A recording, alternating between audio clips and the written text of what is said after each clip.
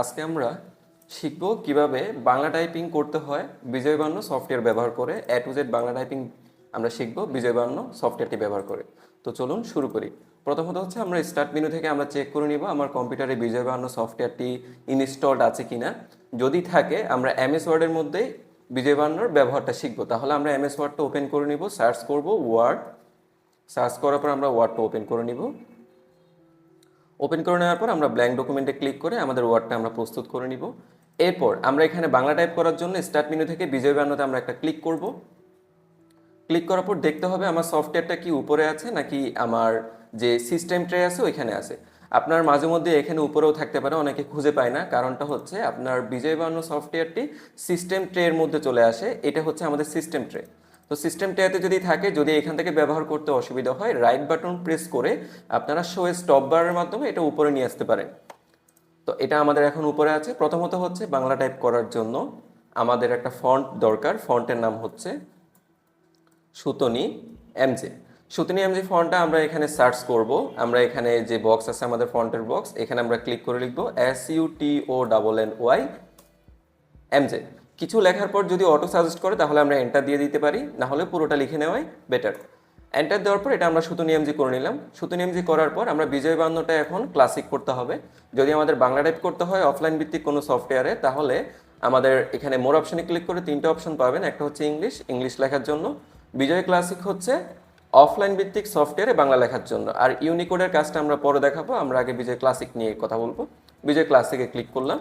বিজয় ক্লাসিকে click করার পর এখন দেখেন আপনার সিস্টেমের যে কিবোর্ডটা আছে ওইখানে আপনার জের মধ্যে ক আছে। দেখেন ক চাপলে ক উঠতেছে। খ কিভাবে তুলবেন?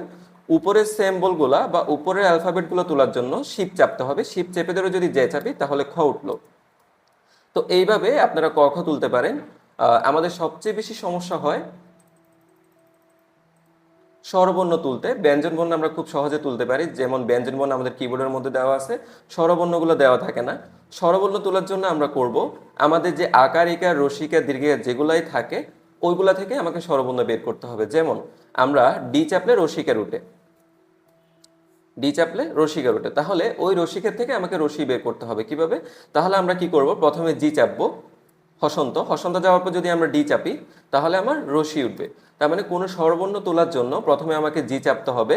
জি চেপে ধরা যাবে না, জি চেপে ছেড়ে দিয়ে এরপর আপনি যেটা তুলতে চান ওইটার উপর ক্লিক করেন। যেমন রসুকার চাপলে রসু উঠবে। আর যদি দীর্ঘ উঠাইতে চাই তাহলে প্রথমে আবার জি চেপে শিপ চেপে এস, তাহলে দীর্ঘ উঠবে, যেহেতু দীর্ঘকারটা হচ্ছে উপরে। এরপর যেমন আপনি রি উঠাবেন তাহলে জি দিয়ে এ, তাহলে রি উঠলো। অনেকে এ খুঁজে পায় না, এ কিভাবে তুলবেন? জি দিয়ে একার, একার চাপলে এ চলে আসবে। ওই কিভাবে তুলবেন? জি দিয়ে শিপ চেপে ধরে সি, তাহলে ওইকার চলে আসবে। তাহলে এইভাবে হচ্ছে আপনারা স্বরবর্ণ এবং ব্যঞ্জনবর্ণ তুলতে পারেন। এখন আসি আপনারা যুক্তবর্ণ কিভাবে তুলবেন। যুক্তবর্ণ তোলার জন্য প্রথমে আপনার জানতে হবে কোন দুইটা বর্ণ যোগ করে যুক্তবর্ণ হয়। যেমন আমরা ক্ষীয় তুলব, তাহলে ক্ষীয়র জন্য হচ্ছে ক প্লাস মদিনাস। তাহলে প্রথমে আমরা ক চাপবো, প্লাস যোগ করার জন্য আমাকে জি ব্যবহার করতে হবে। এখানেও জি ব্যবহার করার পর আমরা শিপ চেপে ধরে এন চাপবো, যেহেতু মদিনাসটা উপরে, ক্ষীয় চলে আসলো। যেমন ব্রাহ্মণবাড়িয়া, অনেকে ব্রাহ্মণবাড়িয়া লিখতে পারে না, তাহলে ব্রাহ্মণবাড়িয়ার জন্য প্রথমে আমরা যুক্তবর্ণগুলো লিখে ফেলবো হ প্লাস ম। তাহলে ব্রাহ্মণবাড়িয়ার যে আমার প্রথম অ্যালফাবেটটা বা প্রথম অক্ষরটা, এটা তুলতে গেলে আমাকে প্রথমে হ চাপতে হবে। দেন আমরা জানি এখন যোগ করার জন্য জি চাপতে হয়, জি চাপার পর ম। তাহলে এই যে ব্রাহ্মণবাড়িয়ার প্রথম অক্ষরটা চলে আসলো। তো এইভাবে আমরা যুক্তবর্ণ তুলতে পারি। এটা ছিল আমার বাংলা টাইপিংয়ের মেথড। এরপর আসি কিবোর্ড কমান্ডের মাধ্যমে কিভাবে আমরা বিজয় ক্লাসিক টু ইংলিশ করতে পারি। আমরা কিবোর্ড কমান্ডটা নোট ডাউন করে নিব। তাহলে আমি এটা কিবোর্ড কমান্ডটা দেখাচ্ছি। প্রথমে আপনাকে চাপতে হবে CTRL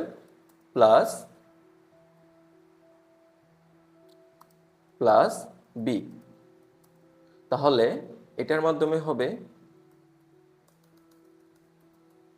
English to classic, or আপনারা যদি চিন্তা করেন ক্লাসিক টু ইংলিশ। তাহলে আমি যদি এখন আমার এটা অবশ্যই ফন্টটা ইংলিশে থাকতে হবে যদি ইংলিশ টাইপ করি, আর যদি বাংলা টাইপ করি অবশ্যই এটা বাংলা টাইপ থাকতে হবে। তাহলে যে কোনো ফন্ট আমার থাকলে চলবে না, বাংলা করলে বাংলা থাকতে হবে, ইংলিশ করলে ইংলিশ থাকতে হবে। আমার এটা এখন ইংলিশ আছে, আমি এখানে কন্ট্রোল অল্টার চেপে ধরে বি চাপলাম। তাহলে আপনারা খেয়াল করেন আমারটা এখন বিজয় ক্লাসিক হয়ে গেছে, এখান থেকে গিয়ে আর পরিবর্তন করতে হচ্ছে না। তাহলে জাস্ট আমরা কি করব, এখানে গিয়ে ফন্টটা পরিবর্তন করে নিলেই হবে। এখানে যে জহর উহ একটা দেখা যাচ্ছে, এটা হচ্ছে সুতুনি এমজির দেখতে এরকম। বেসিক্যালি আমরা ইংলিশে সার্চ করে এভাবে নিয়ে আসতে পারি। তো এরপরে আসি আমি ইংলিশ টাইপ করব, তাহলে কন্ট্রোল অল্টার আবার ভি।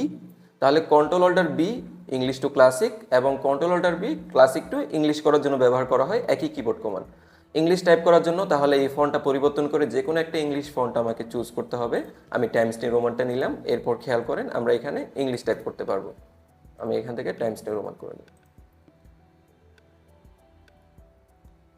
তাহলে এভাবে আমরা ইংলিশ বাংলা বোথ টাইপ করতে পারি, বাংলা ইংলিশ।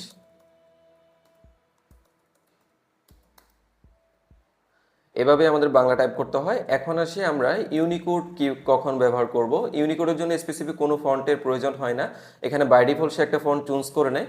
তো ইউনিকোডে একটা অসুবিধা হচ্ছে ফন্টের স্ট্রাকচারটা সুন্দর থাকে না, যেরকম সুতুনি এমজিতে সুন্দর।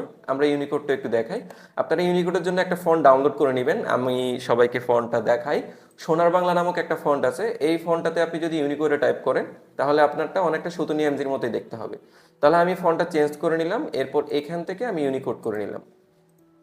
এখন সেম আগের মতোই, যদি ক নিচে থাকে ক চাপবো, খ উপরে থাকলে খ চাপবো, শিপ চেপে খ চাপবো, এরপর যুক্তবর্ণ যেভাবে আমরা করছি সেম টু সেম ওইভাবেই হচ্ছে এখানে টাইপ করতে হয়, এখানে ভিন্ন কোনো পদ্ধতি নেই। দেখেন আমারটা সোনার বাংলা হওয়ার কারণে আমার সুতুনি এমজি এবং এটা দেখতে অনেকটা সেম। আপনারাও এই ফন্টটা অনলাইন থেকে ডাউনলোড করে নেবেন।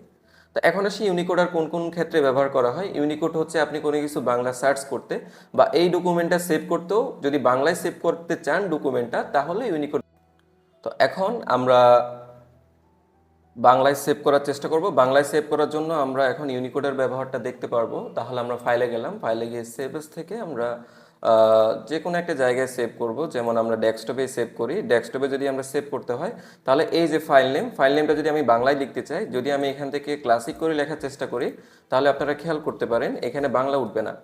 তো ওই ক্ষেত্রে আমাকে ইউনিকোড ব্যবহার করতে হবে। এই যে এখান থেকে আমরা ইউনিকোড করে নিলাম। ইউনিকোড করার পর এই যে এখন আমরা বাংলায় লিখে সেভ করতে পারবো কোনো ডকুমেন্ট, এখানে সেভ দিলে সেভ হয়ে যাবে। অথবা ইউনিকোড আরেকটা জায়গায় ব্যবহার করা হয়, আপনারা অনলাইনে যদি বাংলা লেখালেখি করতে চান, ফেসবুক বা যে কোনো সোশ্যাল মিডিয়াতে যদি বাংলা লিখতে চান তাহলে অবশ্যই ইউনিকোড করে আপনাকে লিখতে হবে। ইউনিকোড এবং বিজয় ক্লাসিক লেখার স্ট্রাকচার একই রকম, আপনি যেভাবে ইউনিকোড ক্লাসিক লিখেন ওইভাবে ইউনিকোডও লিখবেন। তো এটা ছিল আমাদের ইউনিকোড এবং বিজয় ক্লাসিকের বাংলা টাইপিংয়ের ক্লাস। আশা করি আমরা আগামী ক্লাসে অব্র দিয়ে কিভাবে টাইপ করতে হয় ওটা আমরা শিখব। আজকে এই পর্যন্তই।